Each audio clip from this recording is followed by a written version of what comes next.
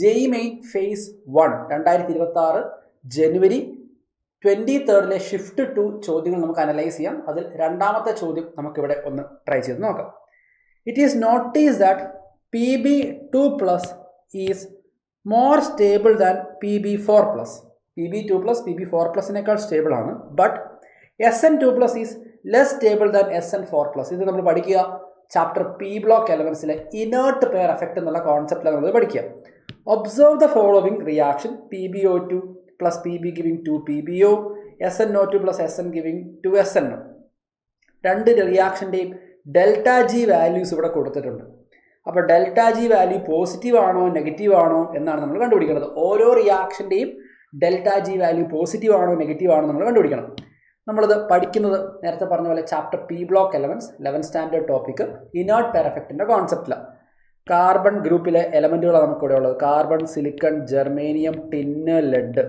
താഴേക്ക് വരുമ്പോഴത്തേക്കും +2 oxidise സ്റ്റേറ്റിൻ്റെ stability കൂടുകയും +4 ഓക്സിഡൈസ് സ്റ്റേറ്റിൻ്റെ സ്റ്റെബിലിറ്റി കുറയുകയും ചെയ്യും. അപ്പോൾ ടിന്നിന് മോർ സ്റ്റേബിൾ ആയിട്ടുള്ളത് ഏതാ? +4 ഓക്സിഡൈസ് സ്റ്റേറ്റാണ്. ലെഡിനാണെങ്കിൽ മോർ സ്റ്റേബിൾ ഓക്സിഡൈസ് സ്റ്റേറ്റ് എന്ന് പറയുന്നത് +2 ആണ്. അതാണ് ഈ തന്നിരിക്കുന്ന ഡാറ്റ. നോക്കിയേ, +2 +4നേക്കാൾ ലെഡിൽ സ്റ്റേബിളാണ്. ലെഡിനെ സംബന്ധിച്ച് +2 ഓക്സിഡൈസ് സ്റ്റേറ്റ് കൂടുതൽ സ്റ്റേബിളാണ്. ടിന്നിനെ സംബന്ധിച്ച് +2 ലെസ് സ്റ്റേബിളാണ്. എന്ന് വെച്ചാൽ +4 ആണ് കൂടുതൽ സ്റ്റേബിൾ.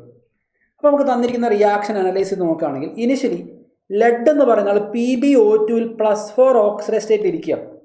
PbO2-ൽ ലെഡ് +4 ഓക്സിഡൈസ് സ്റ്റേറ്റിൽ ഇരിക്കുകയാണ്. റിയാക്ഷൻ കഴിയുമ്പോഴത്തേക്കും ലെഡ് +2 ഓക്സിഡൈസ് സ്റ്റേറ്റിലേക്ക് മാറുന്നു. ലെഡിനെ സംബന്ധിച്ച് കൂടുതൽ സ്റ്റേബിൾ ആയിട്ടുള്ളത് +2 ഓക്സിഡൈസ് സ്റ്റേറ്റ് അല്ലേ? അപ്പോൾ ലെഡിനെ സംബന്ധിച്ച് +4-ൽ നിന്ന് +2-ലേക്ക് മാറുക എന്ന് പറയുന്നത് ലെഡിനെ സംബന്ധിച്ച് ഭയങ്കര ഹാപ്പി ആയിട്ടുള്ള ഇഷ്ടമുള്ള കാര്യമാണ്. അതുകൊണ്ട് തന്നെ ഈ റിയാക്ഷൻ സ്പോണ്ടേനിയസ് ആയിരിക്കും. റിയാക്ഷൻ സ്പോണ്ടേനിയസ് ആകുമ്പോൾ ഡെൽറ്റ ജി വാല്യൂ എന്തായിരിക്കും വരിക? നെഗറ്റീവ്. ദാറ്റ് മീൻസ് <0 ആണ് വരേണ്ടത്, നെഗറ്റീവ് വാല്യൂ. കാരണം പ്രോസസ്സ് സ്പോണ്ടേനിയസ് ആയതുകൊണ്ടാണ് ഇങ്ങനെ വരുന്നത്. എന്തുകൊണ്ട് സ്പോണ്ടേനിയസ് ആയി? ആ കാരണമാണ് ഇവിടെ നമ്മൾ മെൻഷൻ ചെയ്തത്. എന്ത്? ലെഡിനെ സംബന്ധിച്ച് കൂടുതൽ സ്റ്റേബിൾ ആയിട്ടുള്ള ഓക്സിഡൈസ് സ്റ്റേറ്റ് ഏതാ? +2 ആണ്. അപ്പോൾ +4-ൽ നിന്ന് +2-ലേക്ക് വരിക എന്നുള്ളത് ലെഡിന് ഇഷ്ടമാണ്. പ്രോസസ്സ് സ്പോണ്ടേനിയസ് ആണ്. ഡെൽറ്റ ജി നെഗറ്റീവ് ആണ്. നേരെ തിരിച്ച് ടിന്നിനെ സംബന്ധിച്ച് ആലോചിക്കുകയാണെങ്കിൽ ടിന്നിന് കൂടുതൽ സ്റ്റേബിൾ ആയിട്ടുള്ളത് +4 ആണ്. അപ്പോൾ +4-ൽ നിന്ന് +2-ലേക്ക് പോകാൻ ടിന്നിന് താല്പര്യം ഉണ്ടാവുമോ? ടിന്നിനെ സംബന്ധിച്ച് +4-ൽ നിന്ന് +2-ലേക്ക് പോകാൻ തീരെ താല്പര്യം ഉണ്ടാകില്ല. കാരണം ടിന്നിന് +4 ആണ് സ്റ്റേബിൾ ആയിട്ടുള്ള അൺസ്റ്റേബിൾ ആയിട്ടുള്ള സ്റ്റേജിലേക്ക് പോകാൻ ടിന്നിന് താല്പര്യം ഉണ്ടാവില്ല. എന്ന് വെച്ചാൽ ഈ പ്രോസസ്സിൽ ഈ കാണുന്ന സ്റ്റെപ്പ് അല്ലെങ്കിൽ SnO2 എന്ന് പറയുന്ന ആൾ SnO ആയി മാറുന്ന ഈ ഒരു പ്രോസസ്സ് നോൺ സ്പോണ്ടേനിയസ് ആണ്.